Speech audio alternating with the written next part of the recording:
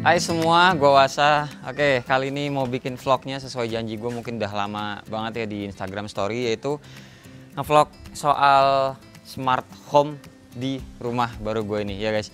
Ini adalah rumah baru gue yang bisa dibilang tuh ya baru rampung sekitar 3 bulanan gue tempatin, karena kan kalau teman-teman ikutin gue juga dulu sempat viral yang ngangkut PS5 itu rumah gue dulu tuh banjir, makanya sekarang udah pindah rumah. Rumah ini tuh gue beli rumah bekas dan gue renov, dan mumpung gue renov, gue karena anaknya gadget banget, jadi sebagian besar produk di rumah gue ini gadgetnya sudah smart home, mulai dari ekosistemnya si Samsung, sama ini perintilannya mereknya itu dari Arbit. Nah, kalau teman-teman mungkin sempat bertanya juga, Bang, kenapa nggak pakai Bardi? Jadi sebenarnya nggak ada masalah sama Bardi sama sekali ya. Jadi kalau menurut gue, soalnya Bardi itu udah terlalu banyak exposure-nya, udah banyak teman-teman reviewer juga yang pakai Bardi, ngebahas Bardi, dan gue penasaran sama Arbit. Ternyata emang barangnya sama-sama aja sih, bisa gue bilang. Waktu gue ngobrol sama orang Arbit, ternyata pada saat rumah ini dipasangin berbagai macam smart home dari Arbit, itu ada 3 produk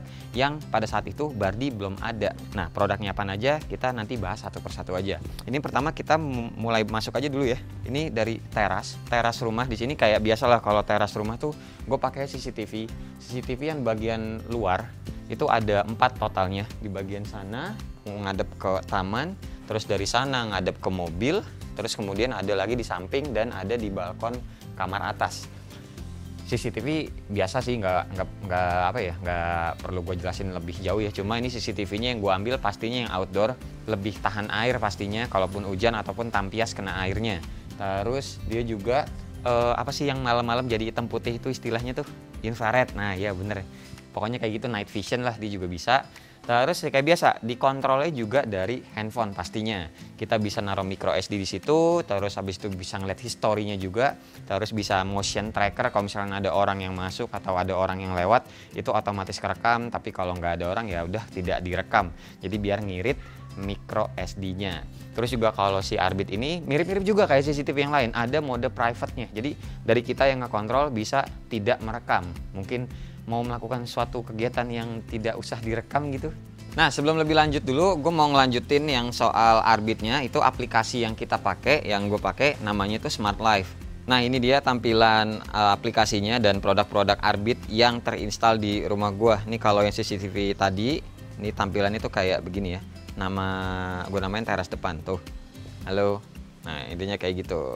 Dah, soal CCTV kayaknya juga teman-teman udah pasti lebih aware lah kayak gimana pengoperasiannya. Nah, di sini mumpung masih di bagian luar, ada satu alat dari Arbit yang waktu itu gua belum nemu di Bardi, yaitu sebelah sini, sebelah kanan teman-teman, atau sebelah kiri gua, yaitu belnya. Ini terinspirasi dari film-film Korea kalau kata bini gua. Karena dia keseringan nonton film Korea, ini tuh berguna sebagai talkie-walkie juga. Jadi, kalau misalkan kita mencet bel, di sini tuh ada kamera yang gua kasih tau dulu, di sini tuh ada kamera. Terus yang di sini bawahnya ada buletan, gua nggak tahu apa, tapi dia mantulin mungkin kayak orang buat ngaca gitu kali ya. Bentukannya cekung gitu. Terus di bawahnya ini ada lubang-lubang, ini adalah speaker. Jadi fungsinya ini speaker, kita bisa talkie-walkie. Contohnya kayak gini. Ini kan masih era pandemi ya. Waktu itu abang-abang Gojek kalau misalkan nganterin barang, bisa dia mencet bel, bunyi di dalam, langsung muncul notifnya di handphone kita. Nah, pas muncul, udah kita ngomong aja, Bang, taruh aja di situ. Nah, abangnya suka kaget karena di sini ada suara keluar. Terus, yang uniknya lagi, ini tiap kita mencet belnya ya, ini tuh otomatis kameranya ngejepret guys. Jadi langsung kelihatan yang masuk atau yang mencet bel rumah gua itu siapa. Nanti gue tunjukin foto-fotonya.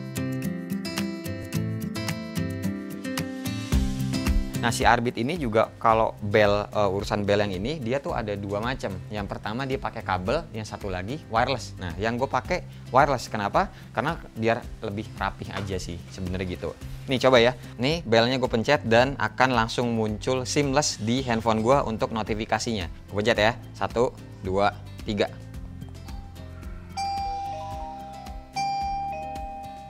Tuh, belnya udah bunyi dan akhirnya tuh notifikasi ada. Coba ke bel J1. Nah, kayak begitu tampilannya.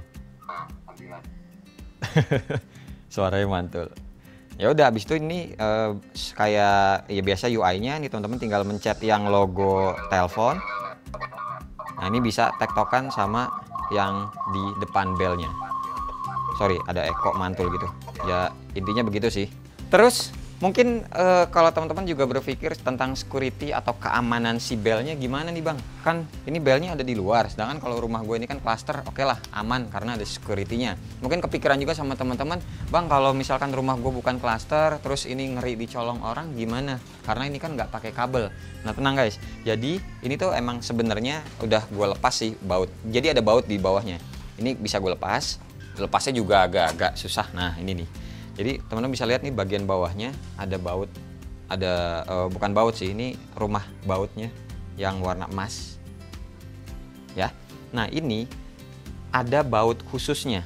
Jadi ada baut khusus yang cuma kita doang yang punya baut sama obengnya. Karena pada saat pembelian itu emang dikasih. Nah jadi selain ini bisa dicopot karena tujuannya itu untuk dicas. Nih bagian sini dicasnya tuh pakai micro USB.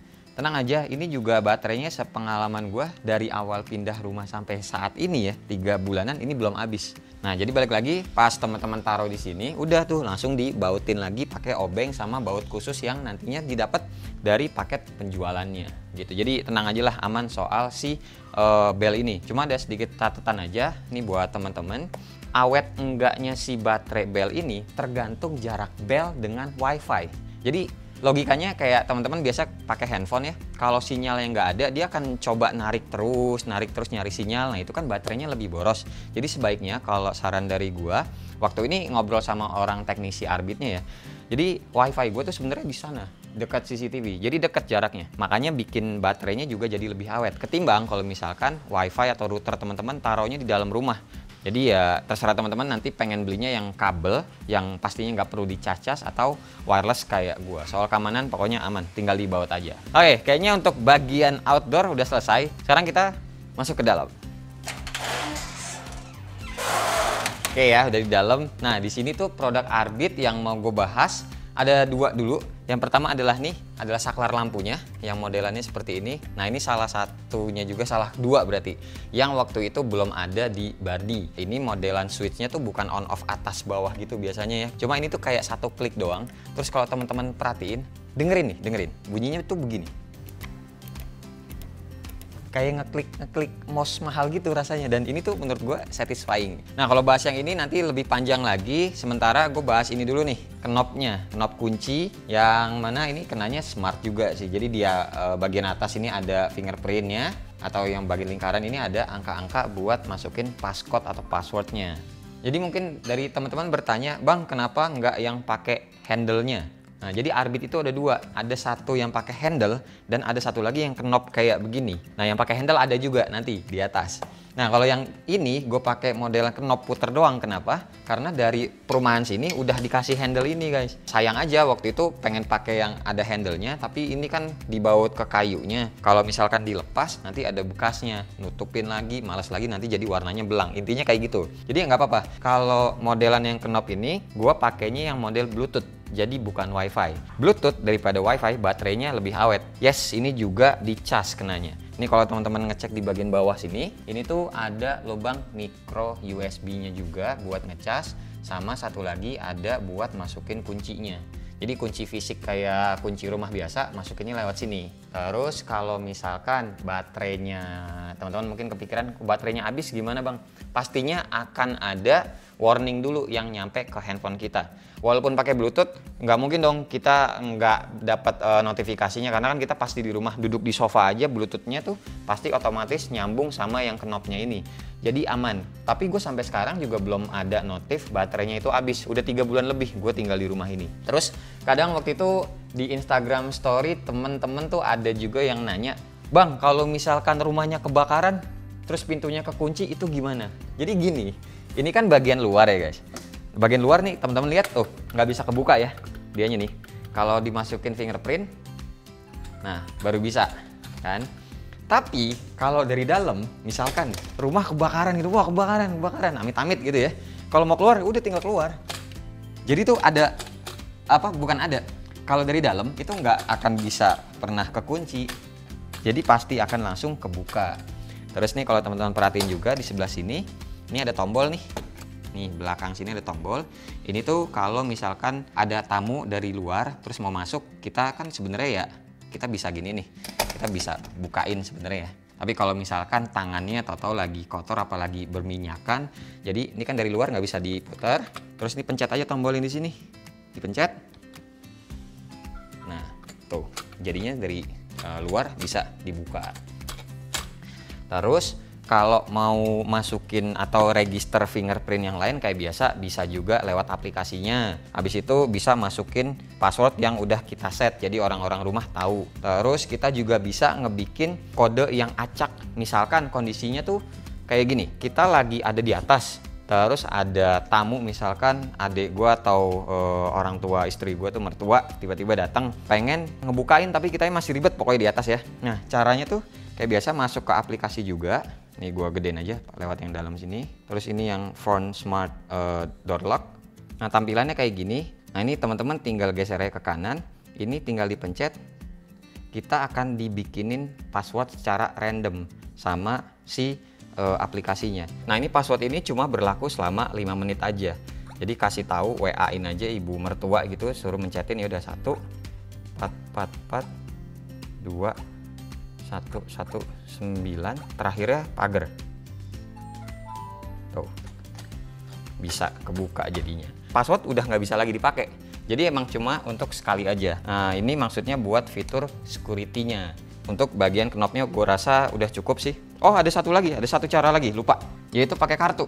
Nah, ini kartu ini setiap anggota rumah, maksudnya gue sama istri sih ada nih yang kartu gini. Jadi nih nggak bisa dibuka, tempel kartu. Tuh, bisa lagi. Pokoknya tiap ini kebuka selalu ada notifnya di handphone sih. Ya pokoknya segini aja untuk fitur-fitur atau penggunaan si smart knob door ini ya. Nanti yang di atas juga sama aja sih sebenarnya, cuma ada cetekannya aja, ada gagangnya. Dah, sekarang ini yang agak panjang ngomongin soal yang saklar ini. Jadi sini nih, teman-teman mesti ikut dulu ke saklar-saklar yang tempat gua. Ada lagi satu di sini, ini yang tangga. Terus ada satu lagi di sini, ini yang kamar mandi. Gitu ya. Sampai yang utamanya ini ada bini gue lagi makan, biarin aja. Nah, ini ada banyak. Jadi teman-teman tadi udah tahu ya, di depan tadi ada 1, di tangga ada 2, terus kamar mandi 3, terus di sini juga ada 3 lagi, total ada 6. Terus kalau teman-teman lihat ke atas, itu ada plafon. Ya iyalah plafon. Nggak, tapi ini maksudnya adalah lampu-lampu. Total lampu yang ada di ruangan bawah sini gua aja itu bisa jadi ada 12 lampunya doang ya. Nah, di sini gua kita ngobrol aja deh sambil duduk ya. Oke, sebelum lanjut peragaannya, gua kasih tahu dulu. Jadi di Arbit yang saklar lampu ini itu mesti ada apa ya, bisa dibilang tuh kayak hubnya. Ini tuh Arbit Zigbee sih namanya, Wireless Smart Gateway, dan ini gua kasih tahu wattnya cuma 1 ampere. Terus ada voice command-nya juga. Gua pakainya itu adalah Alexa. Nah, teman-teman pasti langsung nanya dulu nih, kenapa pakainya Alexa bang, bukan pakai Google Home? Jadi gini, pada saat kemarin ngobrol sama orang Arbitnya, sebenarnya sama-sama aja sih nge-trigger smart home-nya pakai Google ataupun pakai Alexa. Pasti ada minus, ada plusnya. Setelah tahu plus minusnya, gue lebih memilih untuk Alexa aja. Kenapa? Karena gini, yang pertama kalau Alexa suaranya jauh lebih bagus, lebih bulat bassnya sama lebih jernih si Alexa ini. Terus yang kedua, Alexa ini lebih sensitif sama panggilan kita. Sama aja sebenarnya Google Home juga sensitif. Kita bisa manggil, "Hai Google" gitu kan. Atau "Oke Google" deh, sorry. Itu tuh banyak handphone Android gua ataupun anak gua ikutan ke trigger gitu. Terus minusnya lagi dari Alexa mungkin ya, lebih bisanya emang kita ngomongnya pakai bahasa Inggris. Sedangkan kalau si Google Home itu udah bisa bahasa Indonesia. Cuma balik lagi, kalau menurut gua Google Home itu bahasa Indonesianya baku banget. Dan terus kalau misalnya pakai bahasa Inggris pun Alexa, Inggrisnya juga nggak Inggris yang ribet-ribet banget, Inggris basic aja, dan si Alexanya maksudnya juga akan ngerti logat kita tuh mau ngomongnya model kayak gimana. Dah intinya kayak gitu aja untuk yang voice command-nya. Misalkan kita suruh nyalain lampu kamar mandi atau lampu ruangan tengah atau lampu dapur kayak gitu-gitu, ngomongnya ke Alexa. Dan akhirnya Zigbee ini tuh yang akan nge-trigger si saklar-saklarnya akan menyala. Nah, di sini gue berpikir waktu itu diskusi bareng sama orang arbitnya, kebayang nggak kayak yang tadi gue bilang, misalkan satu ruangan ini gue ada 12 lampu dan 12-12-nya itu adalah smart lamp. Pasti kebayang dong kalau smart lamp itu walaupun lampunya dimatiin, dia tetap akan makan daya, akan tetap ada listrik di lampunya. Karena apa? Karena dia butuh standby untuk nyangkut terus sama jaringan wifi, ya kan?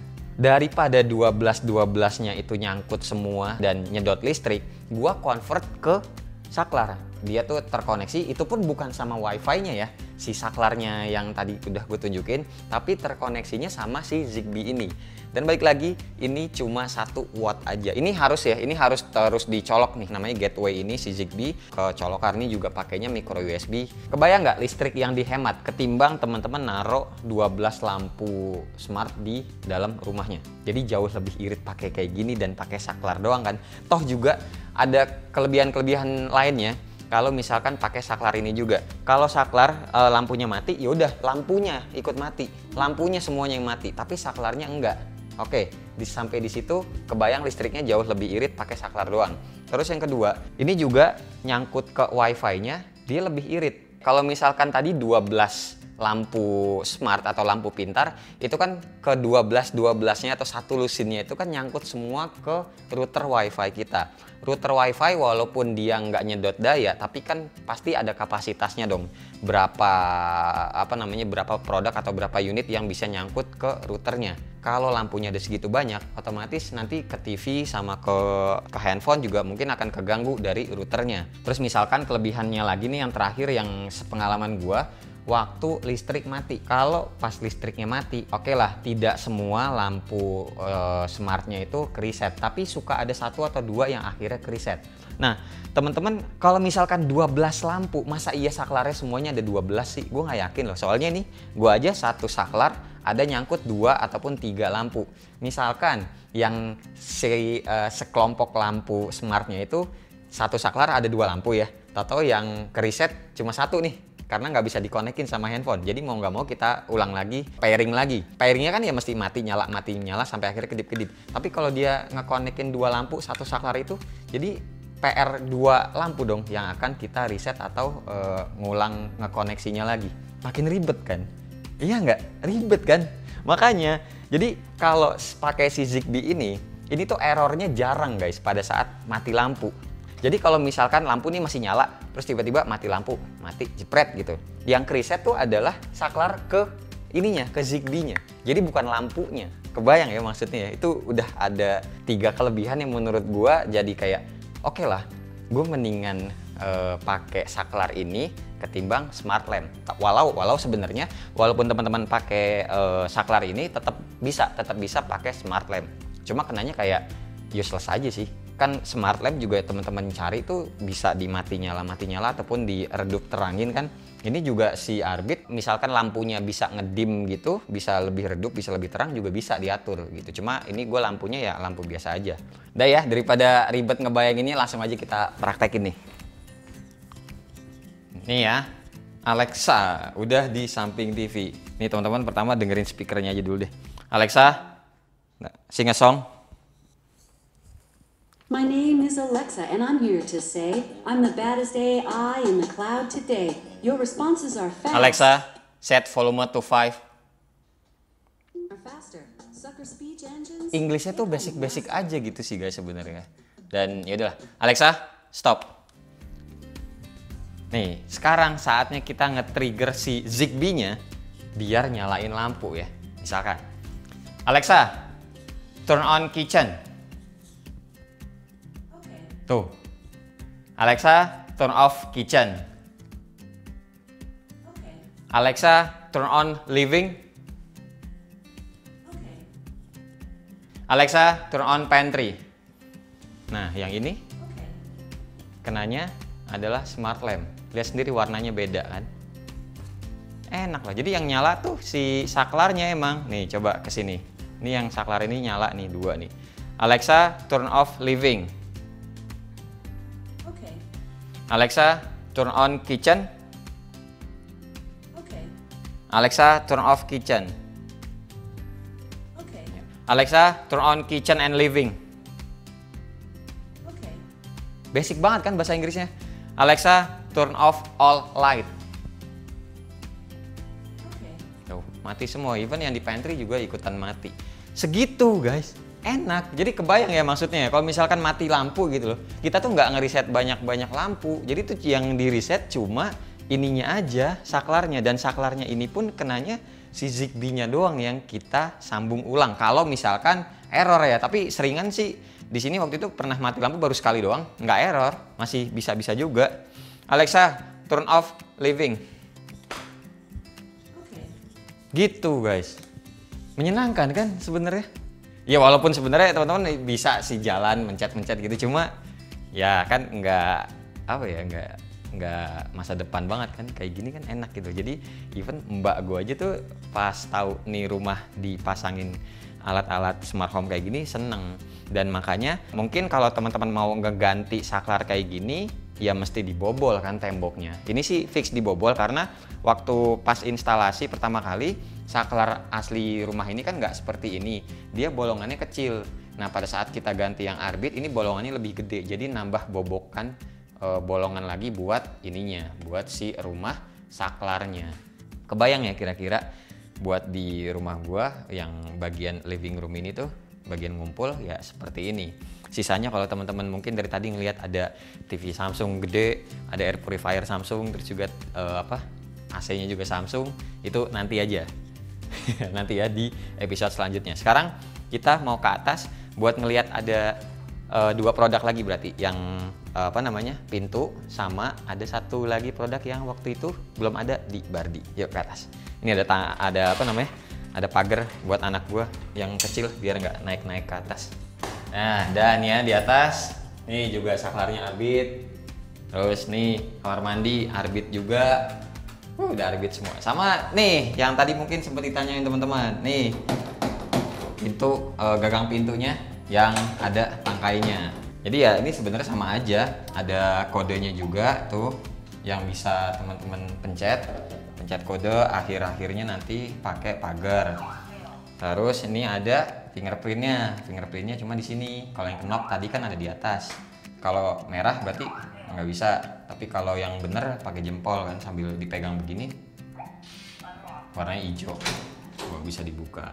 Nah terus cara lainnya buat ngebuka sama kayak yang di bawah tadi, pakai kartu sama pakai kunci. Nah yang pakai kuncinya tuh kayak gini ya. Nah ini tinggal masukin dari bawah juga sama.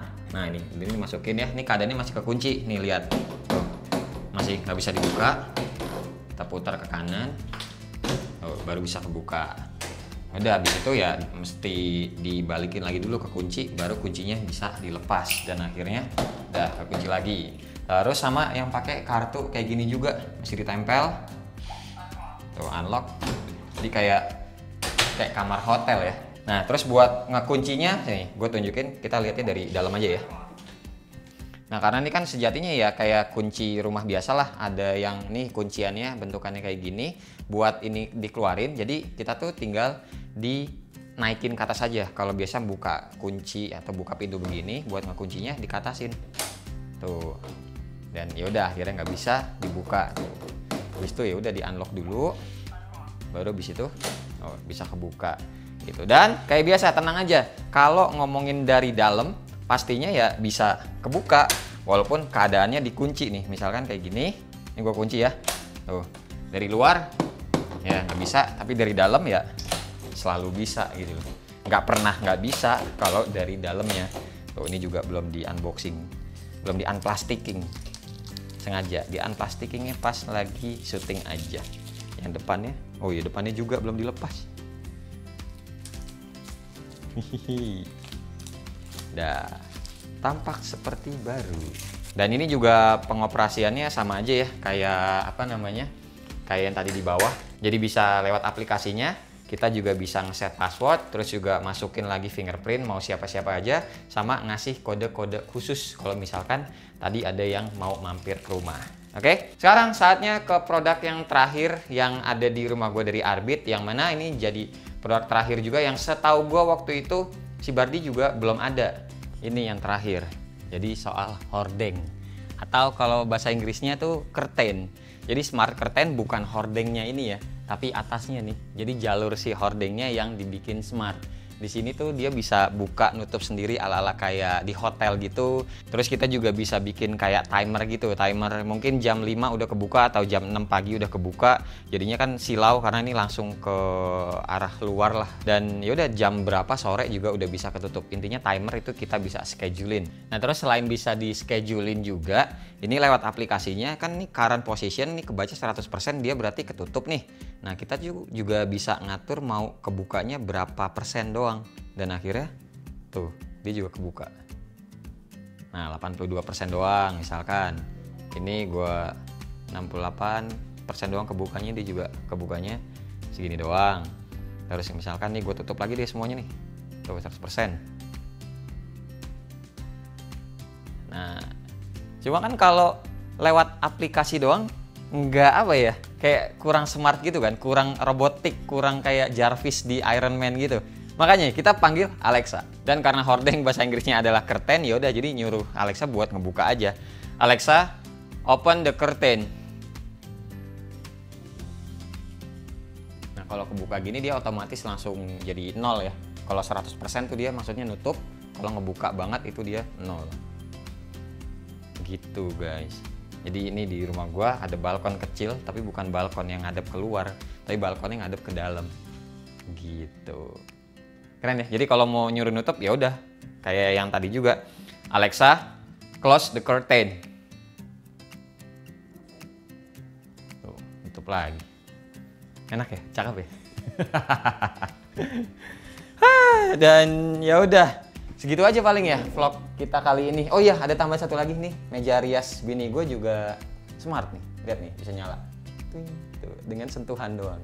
Nggak ada yang bercanda, nggak smart, nggak ada di perintah-perintah, emang begini doang gitu. Dan ya udah sih ya, paling segini aja episode pertama mungkin dari smart home mini sih, bisa gue bilang mini smart home dari rumah gue pribadi yang emang maniak banget sama gadget. Jadi rumah gue pas kalian beli, pas kalian direnov, pas kalian masang-masang semua peralatan yang buat dijadiin smart home. Kayak tadi bel juga pasti dibolongin, terus juga masang router wifi gue pindah-pindahin, jadi ngebolongin juga sekalian plafon. Terus juga saklar-saklar lampu juga dibolongin. Terus ini juga yang curtain bikin rumah baru buat si apa namanya? Buat si hordengnya kayak gitu-gitu ya.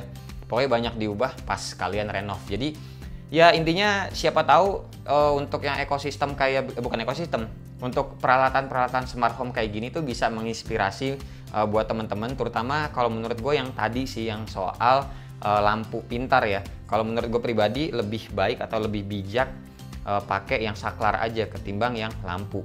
Kalau rumah teman-teman banyak lampunya kayak di rumah gue, tapi kalau lampunya cuma 1-2, mungkin buat di kamar doang pakai smart lamp ya udah nggak apa-apa gitu loh. Karena lumayan PR juga kalau masang si saklarnya itu ya mesti dijebol lagi temboknya. Habis jebol tembok, disemen, habis itu dicat lagi. Begitu. Kalau catnya nggak belang, kalau belang jadi ngecat lagi semuanya. Jadi PR-nya agak ribet. Tapi intinya setelah semua pemasangan itu berhasil kayak gue sekarang, jadinya hidup lebih enak sih.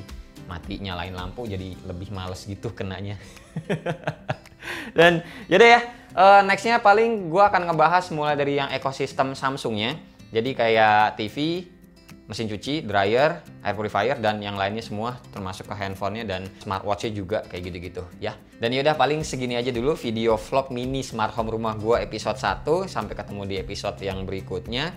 Semoga ini balik lagi ya menjadi inspirasi buat teman-teman yang mungkin ingin merombak rumahnya menjadi lebih smart lagi ya. Terima kasih buat teman-teman yang udah nonton dari awal sampai akhir, dan seperti biasa nggak usah di like, nggak usah di share, dan nggak usah juga di subscribe channel ini kalau tidak bermanfaat.